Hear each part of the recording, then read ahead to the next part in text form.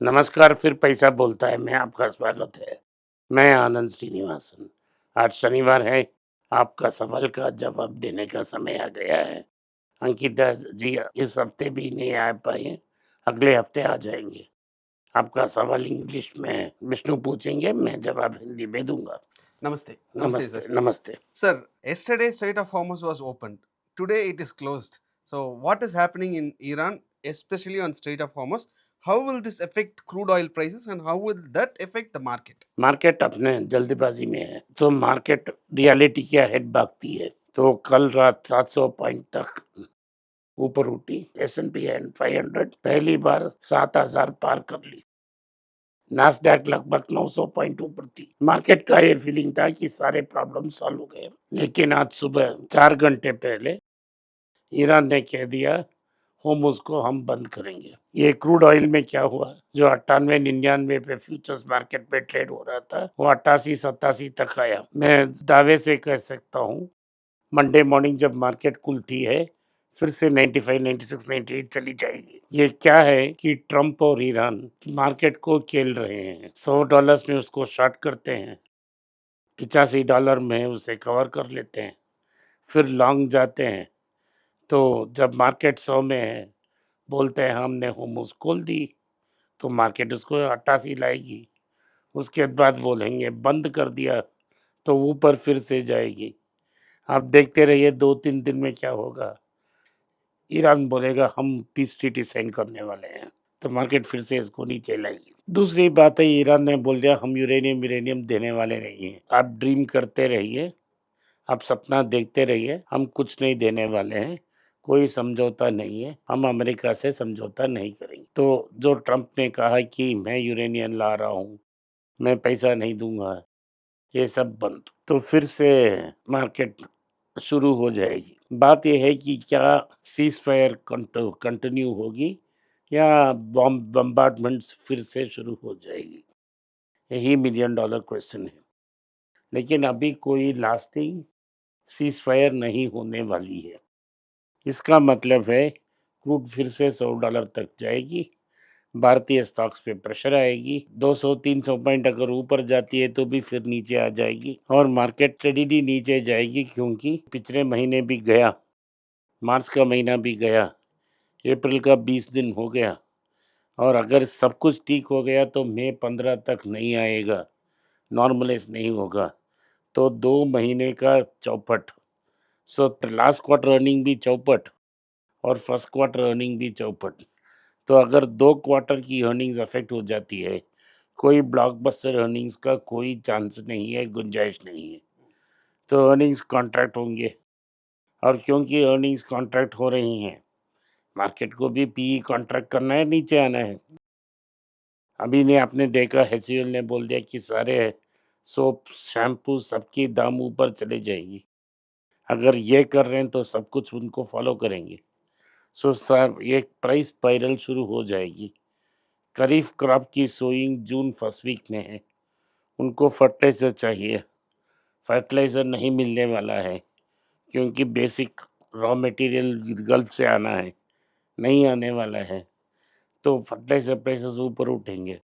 इसका मतलब है दिवाली के समय तक फूड इन्फ्लेशन बढ़ जाएगी। तो ये सारे न्यूज़ अच्छी नहीं है मार्केट के लिए, लेकिन मार्केट समझ सकती है लिक्विडिटी के कारण, क्योंकि पैसा म्यूचुअल फंड से जा रही है। मार्केट समझ सकती है कि ये सब ठीक-ठाक हो गया, 100-200 पॉइंट और उठेगा। उसके बाद तो करेक्ट होना ही है, क्योंकि हमारा एक्सपोर्ट इम्पोर्ट बैलेंस नहीं है। चाइना हमारा सबसे बड़ा ट्रेड पार्टनर बन गया है।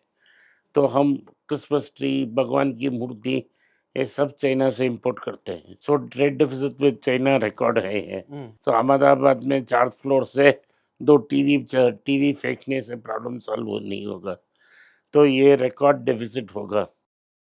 तो अमेरिका और दूसरे देश को हम एक्सपोर्ट नहीं कर पा रहे हैं, क्योंकि हमारे सारे एक्सपोर्ट्स रूट्स ब्लॉक्ड हैं। फार्मा एक्सपोर्ट्स में 23% डिक्लेन है। इन सबको नज़र में रखते हुए हमारा रुपया पे प्रेशर आएगा, तो 95-96 ज़रूर जाएगा। सो साल की अंत जैसे मैंने बोला 100 तक लग जाएगी। इसका मतलब जो कुछ एफए है वो वापस जाएगा और मार्केट को शॉर्ट करेगा। अभी रिटेल इन्वेस्टर भी मार्केट से बाहर जा रहे हैं ना, आपने देखा कि सारे बड़े ब्रोकर्स ज़ीरोधा, अपस्टॉक्स इसमें उन्होंने अकाउंट बंद कर कर ले ली है, पैसा बाहर ले ली है, सो ट्रेडिंग वॉल्यूम भी अफेक्ट हो जाएगा। तो ये मार्केट का हर दिन पता नहीं, बट मार्केट भागकर कोई 30,000 तक नहीं जाने वाली है इस साल के अंत तक।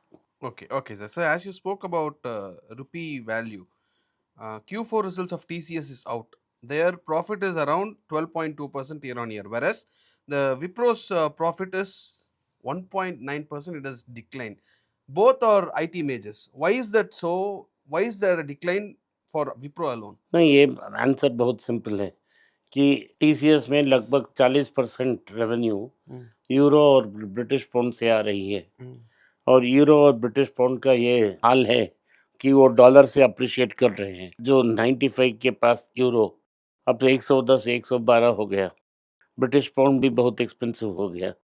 तो 40% रेवेन्यू तो उनकी ब्रिटेन और यूरो से आ रही है, वहाँ उन्होंने कॉम्पेंसेट कर ली, तो वो बढ़ा रिटर्न, डॉलर में छोटा बड़ा रिटर्न, तो इसलिए वो ओवरऑल उनकी रिटर्न्स बढ़ी हैं। विप्रो की मोस्ट ऑफ सॉफ्टवेयर अमेरिका से आती है, थोड़ी बहुत तो मिडिल ईस्ट से आती है, दोनों डॉलर डिनोमिनेटेड करेंसी हैं, तो उतना बड़ा इम्पैक्ट नहीं है। उसी समय मार्जिन में भी प्रेशर है, मार्जिन को भी कॉम्प्रोमाइज़ करना पड़ा। इन सबको मद्दे रखते हुए विप्रो का रिजल्ट उतना अच्छा नहीं था, लेकिन विप्रो में 15,000 करोड़ की बाईबैक अनाउंस की है 250 रुपया में। इसका मतलब 60 करोड़ शेयर्स वो मार्केट से उठा रहे हैं। आप टेंडर कर सकते हैं, टेंडर आएगा, तो अगर आपने 100 को टेंडर किया 50-60 तो ले लेंगे। 206 पे मार्केट है, 250 में वो खरीद लेंगे 20% प्रीमियम लेके। उस प्रीमियम में 15,000 में, क्योंकि उनके पास 75% है, प्रो रेटा 60% उनको मिल जाएगा। Pro rata 60 मतलब? शेयर होल्डिंग में वो भी टेंडर करेंगे, सो 60 करोड़ के शेयर्स को एक्सटिंग्विश करेंगे, तो नंबर ऑफ शेयर्स नीचे आ जाएगा। अगर प्रॉफिट बढ़ा भी नहीं गया तो नो प्रॉब्लम, डिनोमिनेटर नीचे आ जाएगा, तो ईपीएस ऊपर उठेगा, ऑटोमेटिकली पीबीई समय में उठेगा। मुझे प्रेम जी अच्छा लगते हैं, वो अच्छा आदमी है, अच्छा काम करते हैं, तो मैं टेंडर में मैं नहीं डालूंगा, वेट करूंगा। अगर 200 के नीचे जाती है कुछ और ले लूंगा। So if that is so, most of the shares will be with the promoter. मुझसे 75% प्रमोटर के पास होगा, So this is what you say with MRF also, sir. या So एमआरएफ के can pass. this be another MRF in coming years probably? पता नहीं यार, कितना profits है, कितना शेयर्स कम करते हैं। अगर हर साल 20,000 कम करते गए तो एक दिन हो सकती है ना शेयर स्टिंक हो जाएंगे और उनका शेयर्स रहेगा, और लिस्टिंग अरेंजमेंट में उनको 75% मेंटेन करना पड़ेगा, और ये कंपनी बढ़ती जाएगी। Okay, sir. Thank you, sir. Thanks for your time. Thanks for answering all our questions. आज के लिए इतना ही। आपने इस पॉडकास्ट को सुना, इसके लिए मैं आपका आभारी हूँ। हो सके तो वीडियो को लाइक कीजिए, चैनल को सब्सक्राइब कीजिए और बेल नोटिफिकेशन दबाएं। इस वीडियो को अपने दोस्त और रिश्तेदार के पास भेजें और उन्हें देखने की आग्रह करें। नमस्कार, धन्यवाद, जय हिंद। अगर आप मुझसे संपर्क करना चाहते हैं, नीचे दिए गए ईमेल में मेल भेजें। मेरी टीम आपके साथ संपर्क करेगी और मदद भी करेगी।